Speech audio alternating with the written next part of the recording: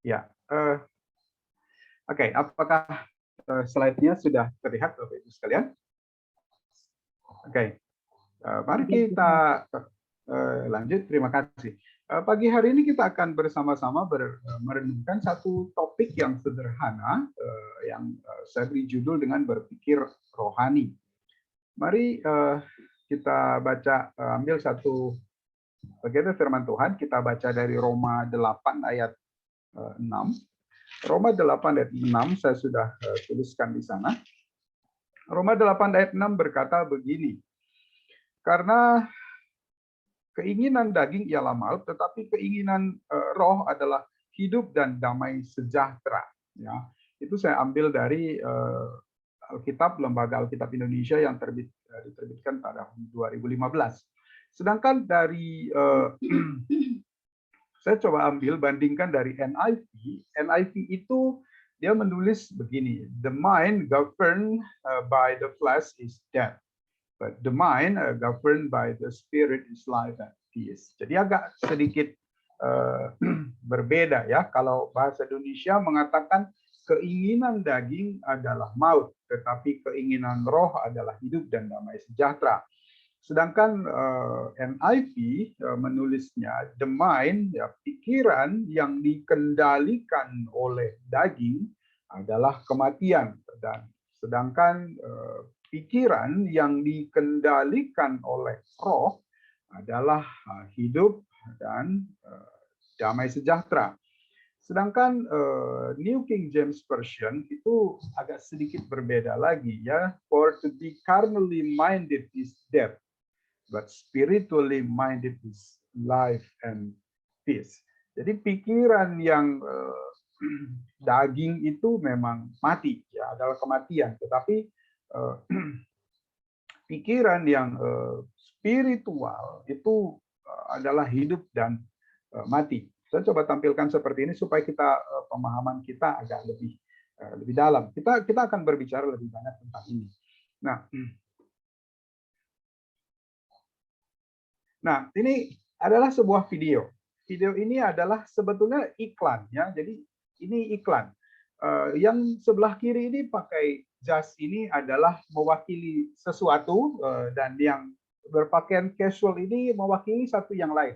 Tapi nanti Bapak Ibu kita akan melihat bagaimana yang berpakaian casual ini membiarkan si yang pakai jas ini untuk menjelaskan siapa dirinya, tapi ternyata pada akhirnya yang dijelaskan itu beda, gitu ya, dengan kenyataannya. Nanti coba kita lihat.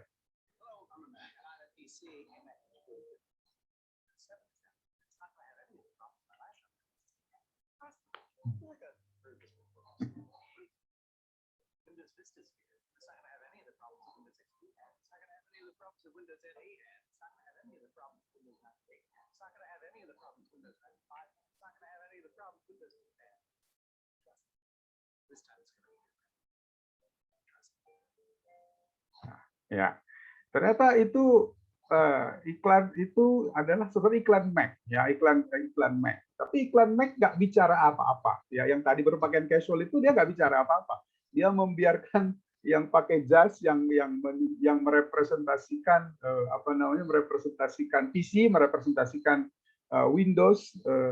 Dia biarkan dia bicara banyak, dia biarkan dia menjelaskan apa saja, gitu ya. Tapi sebetulnya dia cuma bilang, saya pernah dengar deh kayak gitu. Saya pernah dengar deh kayak gitu. Nah, jadi poinnya sih sebetulnya begini, kita ini bisa saja bicara apa saja, kita bisa klaim apa saja, kita bisa katakan apa saja, terutama tentang gereja kita, tentang firman Tuhan, tentang diri kita, tentang hidup kita. Kita bisa nyatakan apa saja semua. Kita bisa nyatakan apa saja semua. Tetapi orang lain bisa melihat apakah itu sebetulnya benar atau enggak. Nah, itu yang dilakukan oleh Max. Ada yang mengatakan ini adalah iklan yang sangat jenius, tapi ada juga mengatakan ini adalah iklan yang lucu sebetulnya.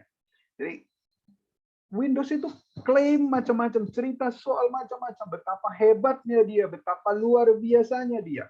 Mereka cuma bilang, ini pernah denger deh, kayaknya nggak gitu deh, gitu ya. Jadi bisa jadi kita juga begitu kan ya. Kita bicara soal macam-macam, kita bisa bicara soal segala macam. Tapi orang saya bilang, kayaknya nggak gitu deh. Jadi jangan-jangan kita juga seperti itu sebetulnya. Sorry. Kita lanjut. Nah, karena keinginan daging adalah maut, tapi keinginan roh adalah hidup dan damai sejahtera. Pikiran yang dikendalikan oleh daging itu mati, dan pikiran yang dikendalikan oleh roh adalah hidup dan damai sejahtera. Nah, kita kembali ke ayat tadi. Keinginan, pikiran ternyata adalah persoalan hidup dan mati. Karena segala sesuatu itu dimulai dari pikiran. Ya, segala sesuatu dimulai dari pikiran. Apa yang ada di dalam pikiran kita, bagaimana kita berpikir, apa yang kita pikirkan, itu adalah persoalan hidup dan mati. Nah, keinginan pikiran itu disebut adalah maut, karena ujungnya kepada kematian. Ya, Alkitab itu sangat jelas membedakan antara kedagingan dan roh. Ya, Alkitab sangat jelas membedakan itu, kedagingan dan roh. Daging itu ujungnya kepada maut, sedangkan pikiran atau keinginan atau pikiran roh adalah hidup dan damai sejahtera. Apa yang kita pikir? Apa yang kita mau pilih? Bagaimana kita hidup? Apa yang menjadi kompas hidup kita hari ini? Kedagingankah atau rohkah? Keinginan apa yang menguasai kita saat ini? Apa yang kita pikirkan saat ini? Ini cuma kita yang tahu. Kita secara pribadi yang tahu apa sih keinginan kita yang paling mendalam, keinginan kita yang paling mendasar di dalam hidup kita. Bahkan ketika kita mengambil bagian dalam pelayanan ini, kita mengambil bagian dalam pekerjaan kita melakukan apa saja dalam hidup kita, sebetulnya apa yang pikiran-pikiran apa yang ada di dalam diri kita. Mari kita lanjut. Nah, itu ayat yang dipakai itu adalah mereka menyebutnya Roma menulisnya pronematupneumatos, ya. Itu adalah pronema, itu adalah pikiran atau mindset, set the mind of the spirit. Jadi kira-kira kurang lebih pikiran apa yang ada pada kita? Apakah pikiran yang duniawi, kedagingan, atau yang lain? Nah, kata pronema hampir tidak ada dalam kata bahasa Inggris maupun bahasa Indonesia untuk menjelaskan kata ini. Karena apa? Karena dia bukan hanya bicara soal pikiran, tetapi juga bicara soal sikap. Ya, bicara soal mind. Bicara juga soal sikap, soal attitude. Jadi kalau kita lihat struktur kepribadian kita, maka yang paling dalam itu adalah mind kita, pikiran kita. Dan pikiran itulah yang kemudian keluar terwujud di dalam sikap, di dalam tindakan. Ia bukan hanya sekedar cara berpikir, pola pikir, tetapi juga bicara soal pola perilaku. Saya kasih contoh begini. Kalau kita menganggap bahwa kita tidak terikat pada satu sistem moral yang harus menjaga kehormatan orang lain, maka sikap hidup kita akan mudah kita mengumbar kesalahan orang. Kalau pikiran kita merasa bahwa kita adalah orang yang paling benar, maka ada kemungkinan kita akan menganggap orang lain selalu dalam keadaan salah. Karena apa yang ada di dalam pikiran kita itu muncul dalam perbuatan kita. Ya, jadi kami yang bicara tentang kurikulum Kristen itu selalu bicara soal worldview. Pandangan kita, pikiran kita haruslah dikuasai oleh pikiran-pikiran Allah, pikiran-pikiran Alkitab. Caranya melihatnya ke sana. Nah, ini adalah kerangka dan disposisi pikiran kita. Ini harus ada di dalam pikiran kita. mengatakan bahwa kita memiliki pronema of the spirit, kita mengatakan bahwa kita memiliki pikiran, kita memiliki mindset yang dikendalikan oleh Allah. Berarti bahwa kita mengatakan bahwa Roh Kudus membentuk pola pikir kita menurut miliknya. Kita adalah milik Allah. Jadi ketika kita memiliki pola pikir ini, maka hidup kita harusnya berubah. Hidup kita akan berubah. Ya, kalau Bapak Ibu sekali lagi membaca di Roma 12 ayat 2 mengatakan bahwa kita harus berubah. Sesuai apa? Sesuai dengan kehendak Allah. Nah, mari kita melangkah lebih jauh. Nah, Matius 5 ayat 27 kita boleh baca sebentar ya, tidak salah. Matius 5 ayat 27 mengatakan begini. Kamu telah mendengar firman, jangan berzina, tetapi aku berkata kepadamu, setiap orang yang memandang perempuan serta menginginkannya sudah berzina dengan dia di dalam hatinya. Kalau Bapak Ibu sampai baca, kita baca sampai dengan ayat 30, dan jika tanganmu yang kanan menyesatkan engkau, penggallah dan buanglah itu. Karena lebih baik bagimu jika satu dari anggota tubuhmu binasa daripada tubuhmu dengan utuh masuk neraka.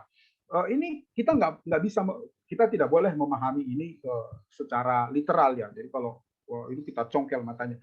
Tetapi yang ingin dikatakan adalah standar kekudusan Allah tidak berubah dan tidak berkurang dari dahulu sampai sekarang. Ia adalah Allah yang sama, Ia adalah Tuhan yang sama, sehingga standar kekudusannya Allah tetap tidak berkurang. Jadi kita berpikir lagi, kalau standar kekudusan Allah tidak berubah, maka bagaimana dengan diri saya? Bagaimana dengan pikiran saya? Banyak orang mengatakan begini, saya sudah ditebus oleh Allah. Yes, tetapi ia tidak menghargai penebusannya itu dengan sikap menjaga diri, sikap menjaga kekudusannya, menjaga kesucian dirinya.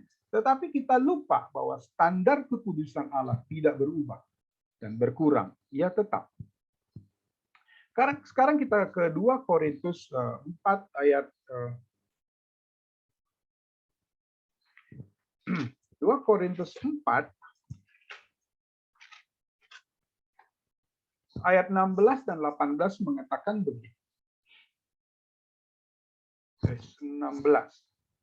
Sebab itu kami tidak tawar hati, tetapi meskipun manusia lahiriah kami semakin merosot, namun manusia batiniah kami dibaharui dari sehari ke sehari. Sebab penderitaan ringan yang sekarang ini mengerjakan bagi kami kemuliaan kekal yang melebihi segala-galanya, jauh lebih besar daripada penderitaan kami. Sebab kami tidak memperhatikan yang kelihatan, melainkan yang tak kelihatan. Karena yang kelihatan adalah sementara, sedangkan yang tak kelihatan adalah kekal. Jadi kita harus mengizinkan agar Roh Kudus itu bekerja dan memurnikan kita. Izinkanlah Ia mengubah kita dari dalam. Meskipun kadang-kadang dan seringkali caranya itu tidak menyenangkan. Biasanya hal-hal yang paling kita sukai dan tidak berkenan kepada Allah, ketika itu digosok, ketika itu dimurnikan, itu rasanya menyakitkan, itu rasanya berat. Tetapi kita harus mengizinkan Allah untuk membentuk kita, untuk memurnikan kita. Supaya apa? Supaya pikiran-pikiran kita, itu adalah pikiran-pikiran roh, supaya kita berkenan kepada Allah, supaya kita dibentuk sesuai dengan keinginannya. Seringkali kita bilang, Tuhan, aku percaya kepadamu, aku taat kepadamu. Tetapi kita masih memegang teguh hal-hal yang menjadi kesukaan kita, sekalipun itu tidak berkenan kepada Allah. Tetapi 2 Korintus 4 ayat 16 mengatakan, kita nggak harus mengabaikan hal-hal yang sifatnya kedagingan. Karena kedagingan itu, yang kelihatan itu, seringkali nggak berkenan kepada Allah. Jadikanlah sukacita Allah menjadi sukacita Anda. Artinya, kalau kita membaca di Mazmur 43, Mazmur 43 mengatakan begini, 43 ayat 3 dan 4. Sebab engkaulah Allah tempat pengungsianku. Mengapa engkau membuang aku? Mengapa aku harus hidup berkabung di bawah impitan musuh? Suruhlah terangmu dan kesetiaanmu datang supaya aku dituntun dan dibawa ke gunungmu yang kudus dan ke tempat kediamanmu. Maka aku dapat pergi ke mesbah Allah, menghadap Allah yang adalah sukacitaku dan kegembiraanku, dan bersyukur kepadamu dengan kecapi, ya Allah, ya Allahku. Mari kita menjadikan sukacita Allah menjadi sukacita kita, karena kita tahu Allah memelihara kita dan Allah lah sumber sukacita kita. Mari kita melangkah lebih jauh lagi. Roma 12 ayat 2 adalah salah satu bagian kitab suci yang menarik sekali buat saya. Roma 12 ayat 2 mengatakan begini. Janganlah kamu menjadi serupa dengan dunia ini, tetapi berubahlah oleh pembaharuan budimu, sehingga kamu dapat membedakan manakah kehendak Allah, apa yang baik, yang berkenan kepada Allah, dan yang sempurna. Maka kita harus berusaha untuk memiliki pikiran-pikiran yang baru, standar moralitas yang baru, integritas yang lebih tinggi lagi. Waktu setiap hari, apa yang kita pikirkan, pikiran-pikiran apa yang baru, yang kita miliki, yang berbicara tentang hidup, yang berasal dari firman Tuhan. Bapak Ibu, semakin hari saya merasa ada banyak hal yang harus kita lakukan untuk melayani Tuhan di gereja kita. Saya merasa ada ini belum kita bina, yang ini belum kita bina, yang ini belum kita bina, yang ini harus diperbaiki, yang ini harus diperbaiki.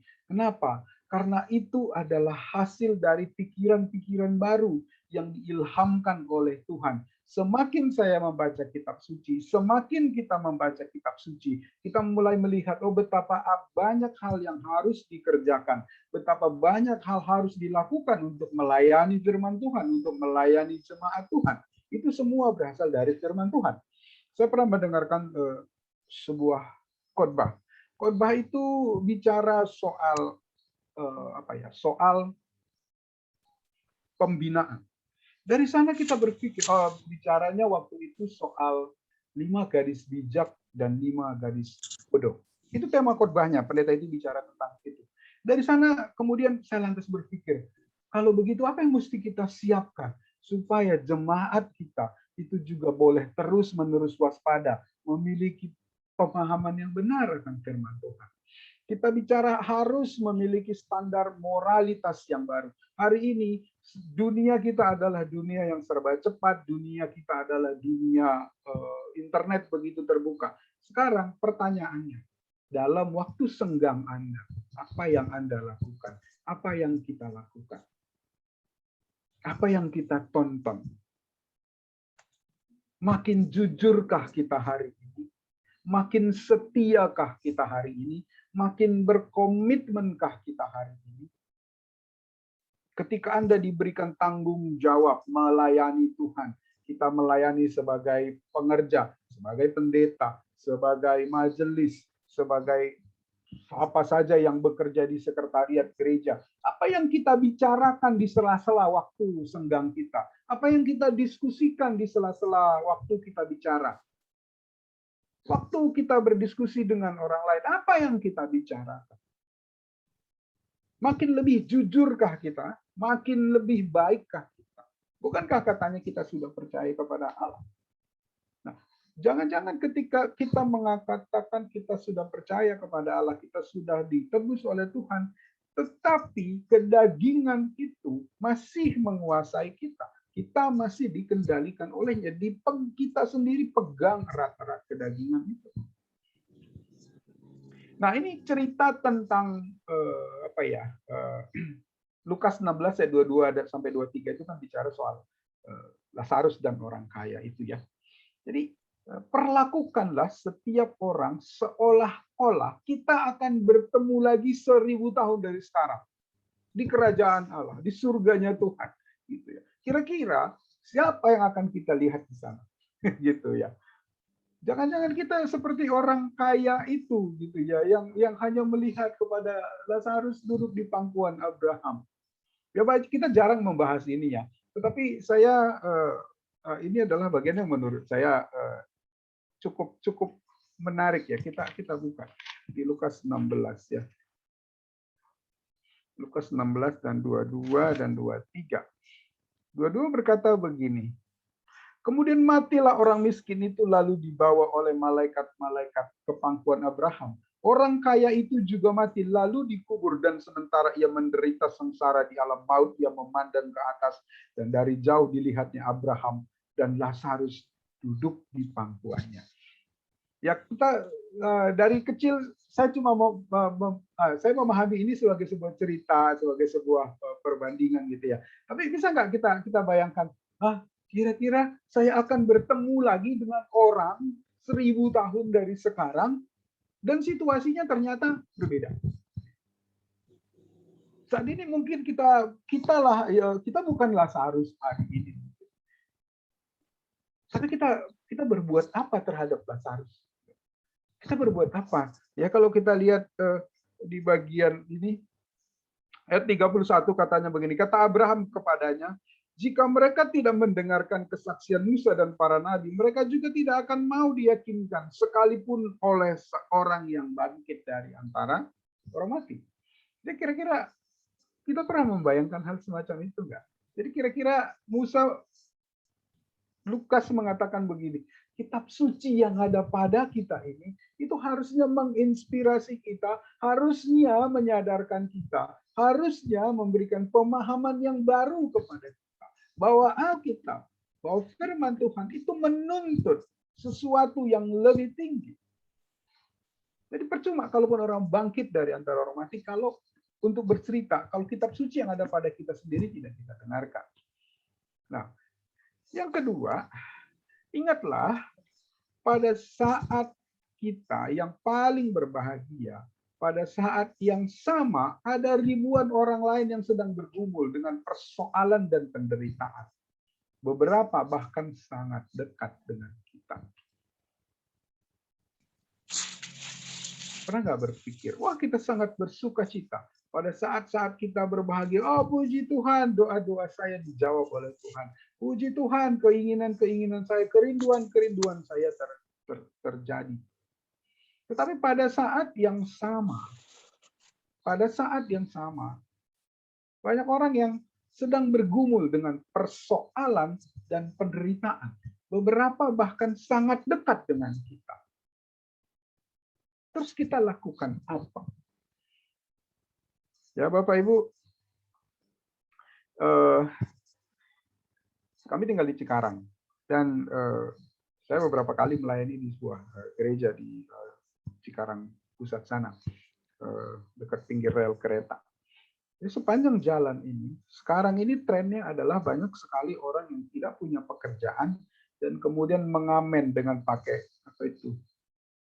pakaian boneka yang besar itu ya.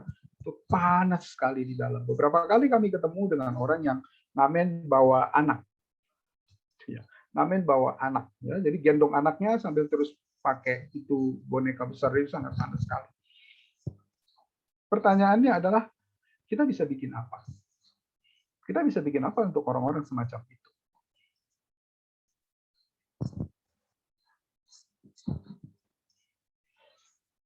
Mari kita buka dari Amsal 13 ayat 20. Amsal 13 ayat 20 berkata begini. Siapa bergaul dengan orang bijak menjadi bijak, tetapi siapa berteman dengan orang bebal menjadi malang. Kita harus, pada akhirnya kita harus mengambil keputusan bahwa kita perlu dan harus bergaul dengan mereka yang bijak, dengan mereka yang bertumbuh secara rohani. Sehingga fellowship itu, sehingga pergaulan itu menolong kita untuk juga bergaul, untuk juga bertumbuh secara rohani.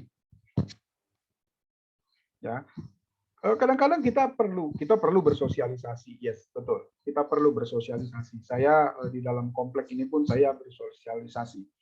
Di sini sosialisasinya ya ada 2 tempat, gitu ya. Mereka yang bekerja usaha itu nongkrong di kafe di belakang, jadi minum kopi sambil makan singkong goreng, ya. Tapi ada juga bapak-bapak lain yang tidak suka nongkrong di sana. Ada bapak-bapak lain yang nongkrong sambil main karambol. Main karambol cetak itu. Saya sendiri nggak bisa main karambol. Saya selalu bergaul dengan mereka. Saya mengenal mereka. Ya, saya karena kami tinggal satu komplek dan kita pun perlu juga bergaul. Tetapi saya ingin mengatakan bahwa saya tidak mendapatkan benefit kerohanian apapun di dalam pergaulan itu. Karena bukan firman Tuhan yang dibahas di sana.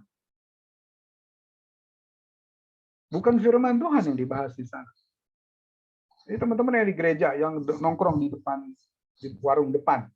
Oh, silakan saja nongkrong di depan. Tetapi pertanyaannya adalah, apakah pergaulan di sana membuat Anda, membuat kita bertumbuh menjadi lebih rohani atau tidak?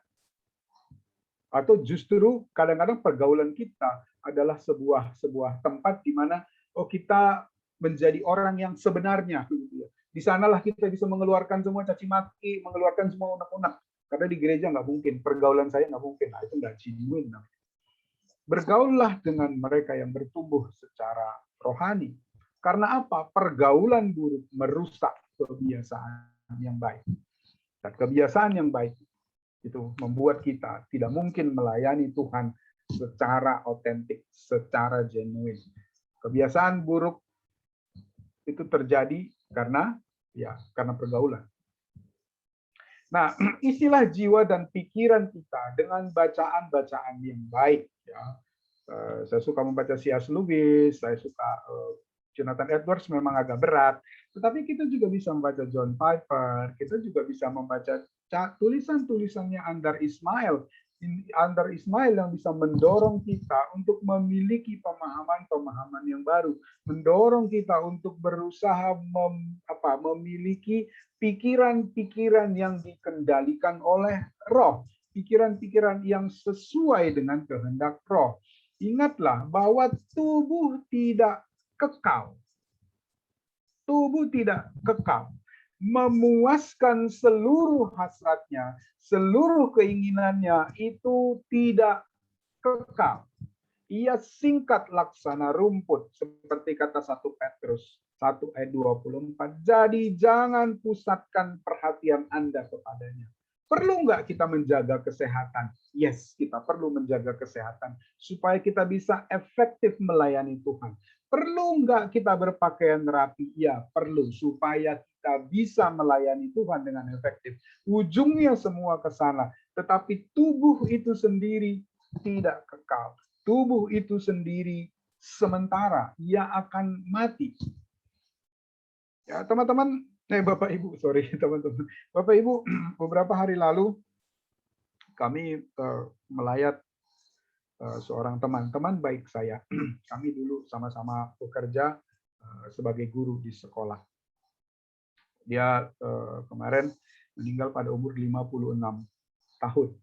Ya, umur 56 tahun, masih muda sekali, masih sehat, masih kita melihatnya sehat, seger. Ya, kata istrinya belakangan dia sudah seperti orang Manado ya.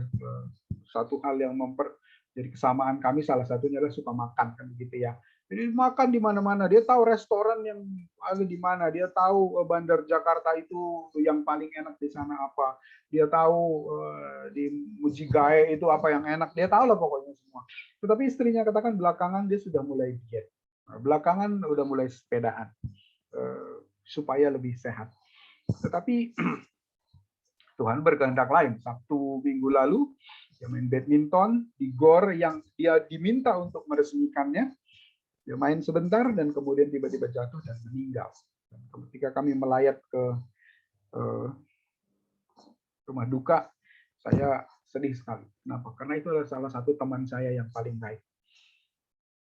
Di sana tubuh yang tinggi besar itu 1,8 ya, besar, tampan, gagah, pakaian yang mahal itu. Ternyata sementara hari itu dia meninggal.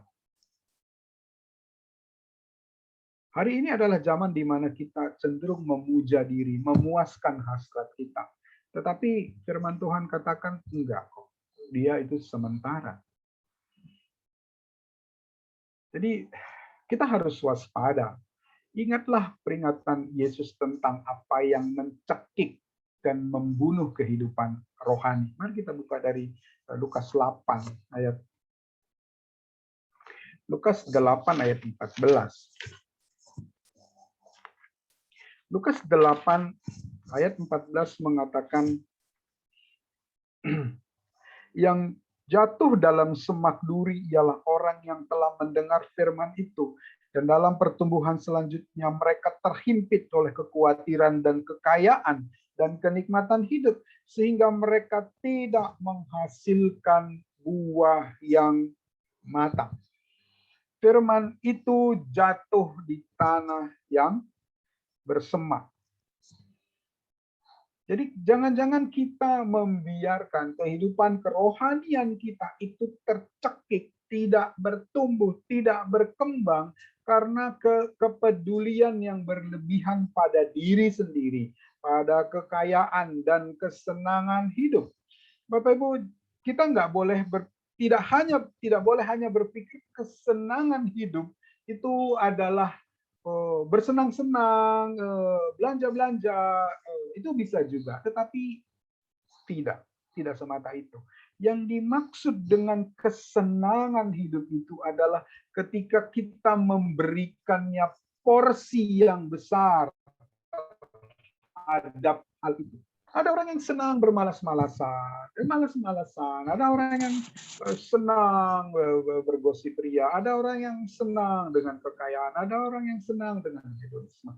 Dan itulah yang mencekik kerohanian kita. Dan itulah yang membuat kita tidak mampu menjadi orang yang dikendalikan oleh roh. Pikiran-pikiran kita tetap pikiran-pikiran kedagingan. Karena ia dikuasai oleh kesenangan. Maka mintalah agar Allah mengenyangkan kita dengan kasih setianya. Itulah yang disebut dengan spiritual mindfulness. Kita berdoa, Tuhan kenyangkanlah aku dengan kasih setiamu. Sehingga aku hanya puas oleh karena firman Allah, oleh karena kebenaran Allah. Bukan hal-hal yang sifatnya duniawi. Bukan hal-hal yang sifatnya lahiriah. Karena tubuh kita ini akan mati. Jadi sederhananya adalah ketika saya bekerja, saya ingin agar doa saya adalah agar Tuhan mengenyangkan saya dengan kasih setianya. Bahwa ketika saya bekerja, saya sedang melayaninya. Selebihnya itu adalah urusan Allah. Mari kita berdoa, Tuhan kenyangkanlah aku dengan kasih setiamu. Nah itu yang disebut dengan spiritual mindfulness. Ketika kita tahu bahwa Allah mengasihi kita, bahwa kita bisa mengandalkan kasih setia Allah. Kita berdoa agar Tuhan memberikan kepada kita iman dan kekuatan, bahkan pada saat melewati masa-masa yang sulit. Seringkali kita hanya mengingat Tuhan pada masa-masa sulit. Tapi kita lupa Tuhan, kita cenderung melihat masa-masa yang menyenangkan itu, oh ini adalah masa perkenanan Tuhan, ini adalah masa berkat Tuhan melimpah. Tapi ketika melewati masa sulit, kita nggak bilang ini juga adalah masa perkenanan Tuhan, ini juga adalah masa kasih sayang Tuhan. Sehingga dengan pikiran semacam itu kita berdoa, Tuhan mampukan saya, mampukan kami untuk melewati masa-masa sulit ini. Lalu kalau kita baca kisah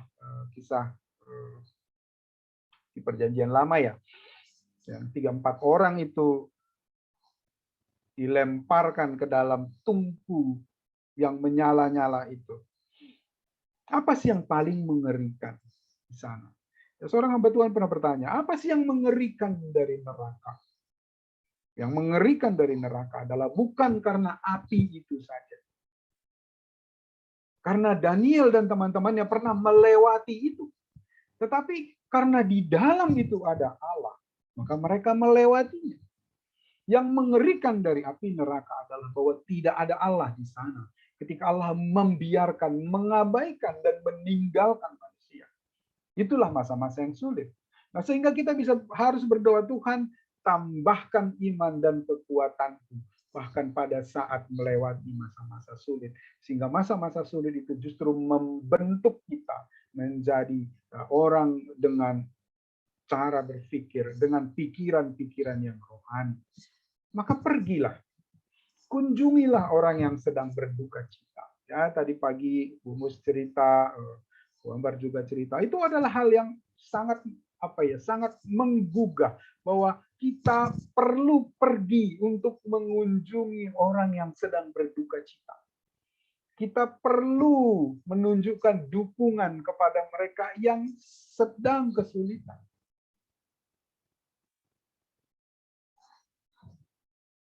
Layanilah seorang yang akan yang lain. Jangan menunggu untuk dilayani. Ambil inisiatif. Ambil inisiatif, layanilah seorang yang akan yang lain. Jangan menunggu untuk dilayani. Jika ada kelebihan pada kita, bagikan.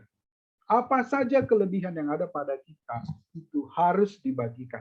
Saya tidak punya cukup uang untuk dibagikan, maka saya bisa membagikan perhatian saya. Saya bisa membagikan ide-ide saya. Saya bisa membagikan hal-hal lain yang saya punya. Karena apa? Apa yang kita punya, kita berikan untuk diri kita, untuk dagingan kita, itu gak akan kekal. Karena tubuh itu sendiri sederhana. Ribuan orang di luar sana, ratusan jemaat kita sedang menunggu Anda untuk melihat kesaksian akan kasih Tuhan mengalir melalui Anda, melalui kita, setiap kita.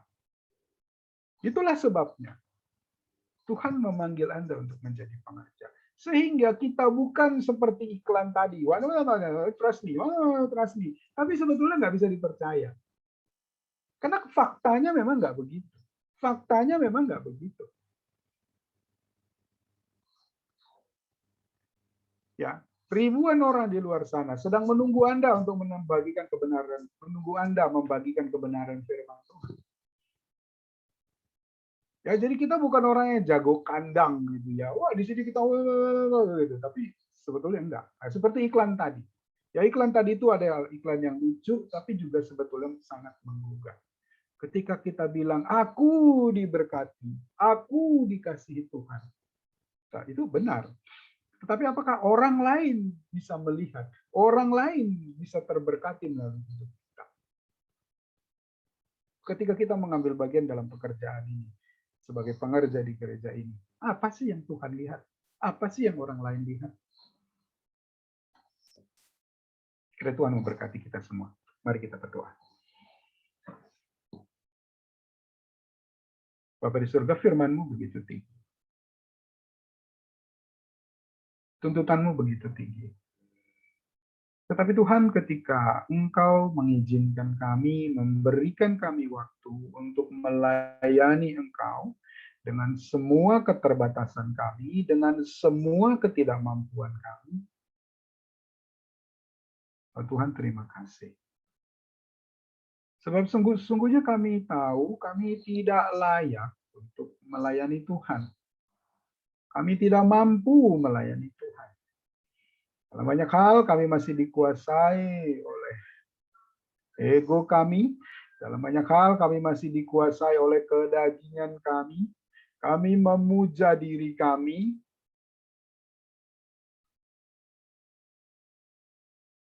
Kami egois. Kami fokus pada kepentingan-kepentingan kami. Bahkan pada saat kami melayani Tuhan. Oh Tuhan, ampuni kami ya Bapa di surga.